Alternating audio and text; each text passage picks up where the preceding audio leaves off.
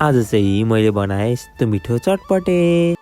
So hello family, सबैजना सन्चै हुन्छ होला। म पनि एकदमै सन्चै नै छु। बिहानै उठेर चाहिँ यत्तिकै बसिरहेको थिएँ। गाई लाने बेला पनि भएछ।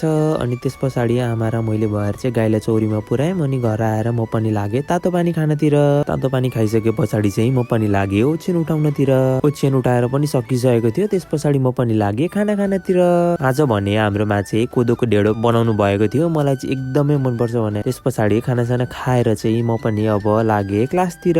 अनि त्यस पछाडि म पनि क्लास लिएर चाहिँ घर पनि आइसकेको थिएँ। त्यस पछाडि घर आइसकेर चाहिँ म पनि यत्तिकै तातो पानी खाँदै बसिरहेको थिएँ कि आमाले पनि मल सोर्न नानी भन्नुभयो। अनि त्यस पछाडि म पनि लागेँ ग्वालीतिर। त्यस पछाडि चाहिँ बेल्चाले ड्याङ मल सोर्दै डोकोमा उठाएँ। अनि बाँकी रहेकोलाई चाहिँ बडालेर सोरसार पारेर पनि डोकोमा उठाएर पनि सकिन लागिसकेको थियो। भन्दा भन्दै मल सोर्ने काम पनि सकिसकेको थियो। त्यस पछाडि त ग्वाली पनि सफा न सफा देखिरहेको थियो। त्यस पछाडि चाहिँ हल्का हल्का भोक लागे जस्तो पनि भइरहेको थियो। अनि डालमुट र चाउचाउ लिएर चाहिँ म पनि लागेँ अब चटपटे बनाउनतिर।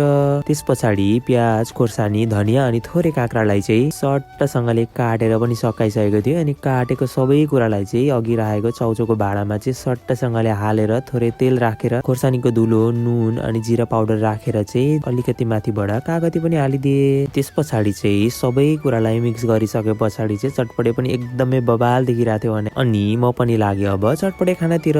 तपाईहरुलाई मेरो भिडियो कस्तो लाग्यो कमेन्ट गर्न नबिर्सिनु होला। Thank you for watching.